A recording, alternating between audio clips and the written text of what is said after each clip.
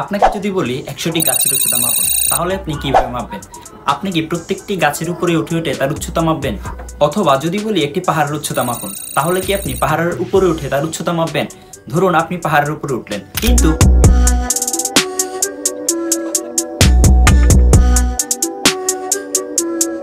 কিন্তু পাহাড় তো সরল রৈখিক বস্তুর মতো নয় যে আপনি উপরে উঠে তার উচ্চতা মাপবেন। পাহাড় হচ্ছে ট্যাংরা ব্যাংরা, যার কারণে আপনি পাহাড়ের উপরে উঠলেও তার সঠিক উচ্চতা মাপতে পারবেন না। অথবা যদি বলি একটি বিশাল বিল্ডিং এর উচ্চতা মাপন, তাহলে আপনি কিভাবে মাপবেন? ছোটখাটো বস্তুর উচ্চতা সাধারণত আমরা ট্যাপ অথবা পিতা দিয়ে মেপে থাকি, কিন্তু এই বিশাল বিশাল উচ্চতা বিশিষ্ট বস্তুগুলোর উচ্চতা আমরা কিভাবে মাপবো? আর এই সকল সমস্যার সমাধান করব গণিতের এক দারুণ শাখা ত্রিকোণমিতির সাহায্যে। হয়তো আপনারা ভাবছেন ত্রিকোণমিতি শুধু বইয়ের পাতায়, একদম নয়। আজ আমরা দেখাবো ত্রিকোণমিতির বাস্তব ব্যবহার করে খুব সহজেই কোনো কিছুর উচ্চতা নির্ণয় করা যায়। এই পরীক্ষাটি করার জন্য আমাদের কিছু সাধারণ উপকরণ প্রয়োজন।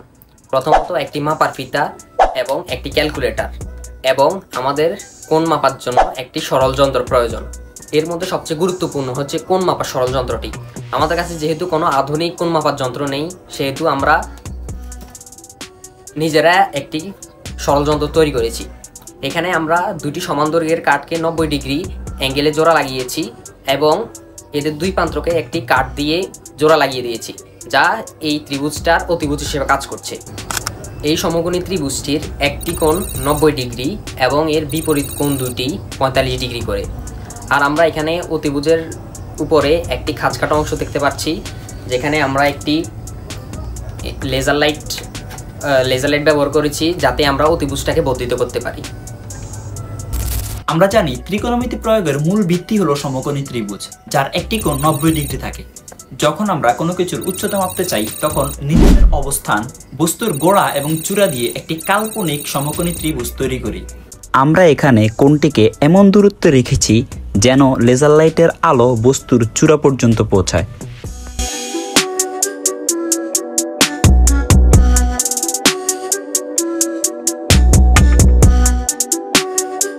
এখন বস্তুর গোড়া থেকে কোণ পর্যন্ত মেপে নিলে আমরা ভূমির দূরত্ব পেয়ে যাব।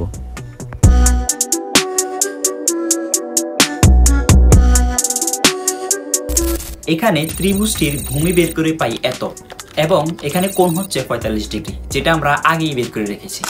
আর এখানে আমরা ট্যান ফাংশনটি ব্যবহার করব, অর্থাৎ ট্যান থিটা ইকুয়াল লম্ব বাই ভূমি। এখানে আমরা ভূমির মানটি বের করে নিলাম এবং থিটার মানটিও বের করে নিলাম।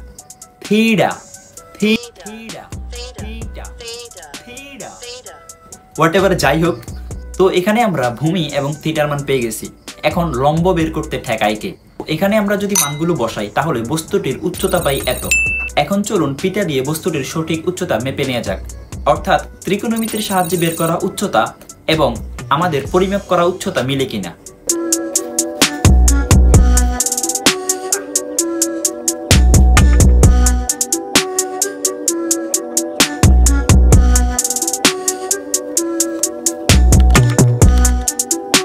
এখানে আমাদের পরিমাপকৃত উচ্চতা ছিল এত, এবং ত্রিকোণমিতির সাহায্যে বের করে উচ্চতা পাই এত। অর্থাৎ আপনারা দেখতে পেলেন যে আমাদের পরিমাপকৃত উচ্চতা এবং ত্রিকোণমিতির সাহায্যে বের করা উচ্চতা দুটোটাই সেম।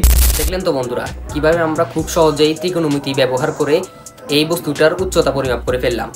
এই পদ্ধতিটা শুধু এই বস্তুর জন্য নয়, আপনারা চাইলে যে কোনো উঁচু বস্তু ত্রিকোণমিতির সাহায্যে পরিমাপ করতে পারেন। যেমন এটি একটি উঁচু গাছ হতে পারে, কিংবা এটি একটি বিল্ডিং হতে পারে, কিংবা এটি একটি পাহাড়ও হতে পারে। আশা করি আপনারা ত্রিকোণমিতির বাস্তব প্রয়োগ সম্পর্কে একটি পরিষ্কার ধারণা পেয়েছেন। আশা করি আজকের ভিডিওটি আপনাদের কাছে ভালো লেগেছে। দেখা হবে আপনাদের সাথে নতুন কোনো এক্সপেরিমেন্ট নিয়ে।